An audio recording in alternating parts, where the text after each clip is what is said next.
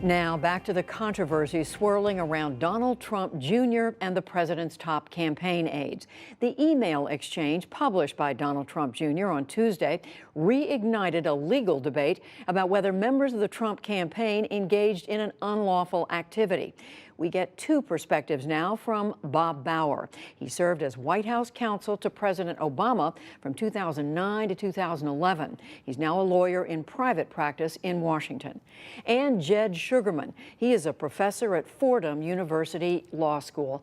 Gentlemen, we thank you both for being with us. Bob Bauer, to you first. We know the president's son was told that the Russian government had incriminating information on Hillary Clinton that it wanted to share with him. Did he break a law by pursuing that? In my view, we have some evidence. We don't have all the evidence. I would suspect the Congressional Investigating Committee and the special counsel will continue to dig into the questions raised by the facts disclosed by the New York Times and by Donald Trump Jr. himself. But this is highly suggestive of a potential violation of the law on two counts. Number one, it demonstrates that the campaign as a whole had the intent to court support, receive support, solicit support from a foreign national source, in this case, the Russian government. Second, in my view, the meeting itself could constitute a illegal solicitation of support from a foreign national under campaign finance law. So it both has broad legal significance, and on that one specific issue of liability, it has a more concrete significance. So you're tying it to campaign finance, is that right? Yes, I'm talking here about a statute that's been on the books for many years that Congress tightened in 2002 that prohibits receiving and soliciting contributions from a foreign national or providing the foreign national with substantial assistance in trying to influence a U.S. election. Jed Shugerman, listening to this, and I know you've been looking at the laws with regard to this today, does this sound like something that fits under that legal definition?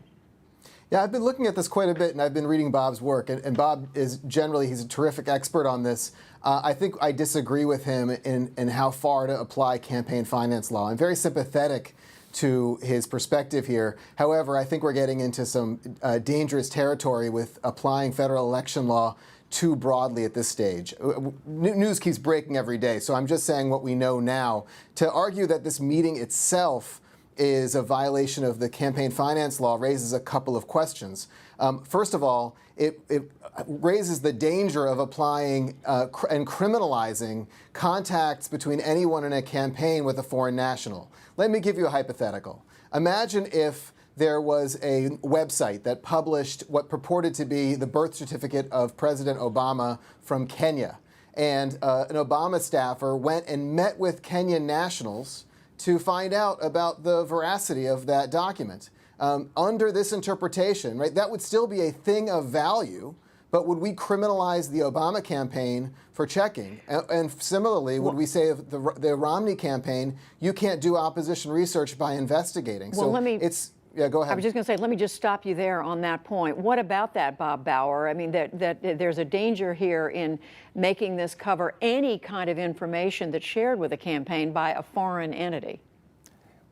Well, that's not the case at all here. We're not talking about a casual conversation in which some information that the campaign is looking for, it sort of acquires by talking to a foreign national.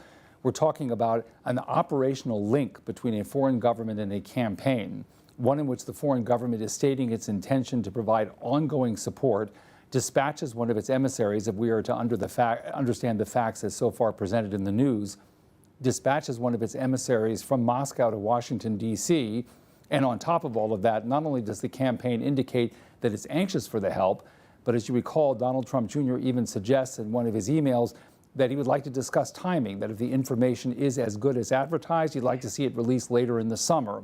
The campaign finance laws clearly distinguish between the kind of speech that I think the Professor Shugerman is legitimately concerned about from this kind of operational relationship by a strong supporter for a campaign engaged in very specific activities on its behalf. Jed Shugerman, it is the case that the email to Donald Trump Jr. said the Russian government wants to help your campaign. All of this is indicative or suggestive of what we might find out later. I think if we carefully read the emails, I think it's hard to make the leap that this is like a coordination. There's indications there. I understand where Bob Bauer is coming from. So I think we have to be careful, though, because if you read the email from a little bit of a perspective of how could this be applied in the future and can we have line drawing here, it's hard to see where this email doesn't lead to some effects of applying this to any kind of contact between a government. Let me now ask both of you, and I'll come to you, Jed Sugarman, first. With the word collusion, colluding has been thrown around a lot in the last few weeks about whether the Trump campaign was colluding with Russian officials. Is there some legal connection there? Is that an issue? Well, the word collusion is more of a political word than a legal word. There's no statute against collusion. And I think the word we might turn to in the law is conspiracy. This is where we're headed. I mean, I think there's a lot of other information that's coming out day by day that points to this conspiracy. And we may have conspiracy. I think what we're getting closer towards is a violation of 1986 law about computer hacking. Because I think if you look at the timing, there are just too many coincidences about what the Trump campaign was doing before and after this June 3rd email about President Trump himself. My point here is I think we need to be careful in analyzing each step. I think there is evidence that's pointing towards crimes, but I think we need to be careful when we make interpretations of these statutes. Well, we certainly want to be careful here, and we know we are speculating, but we do think it's important to ask these questions. Bob Bauer, just quickly on the conspiracy question. Well, I think there's a basis here, and I don't disagree with Professor Sugarman. This is going to be an ongoing investigation. This is not the only evidence that will be taken into account. And certainly if, in fact, there is apparently a violation of the campaign finance laws, and the evidence is beginning to point in that direction, then yes, the prosecutors could certainly develop a conspiracy charge or an aiding and abetting charge based on that. If I could just add one more point, this is not a statute that is subject to the same free speech considerations that Professor Sugarman outlines that apply in the domestic U.S. context. Today, for example, it was very clear from the testimony of FBI Director nominee Chris Wray, who was asked about this, that in his view, this sort of communication between a Russian government and a campaign is a national security matter.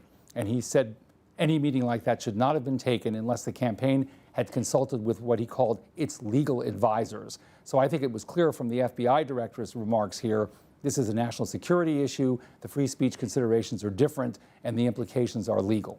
All right, gentlemen, we are going to have to leave it there. Bob Bauer, Jed Sugarman, we thank you both. Thanks for having me. Thank you very much.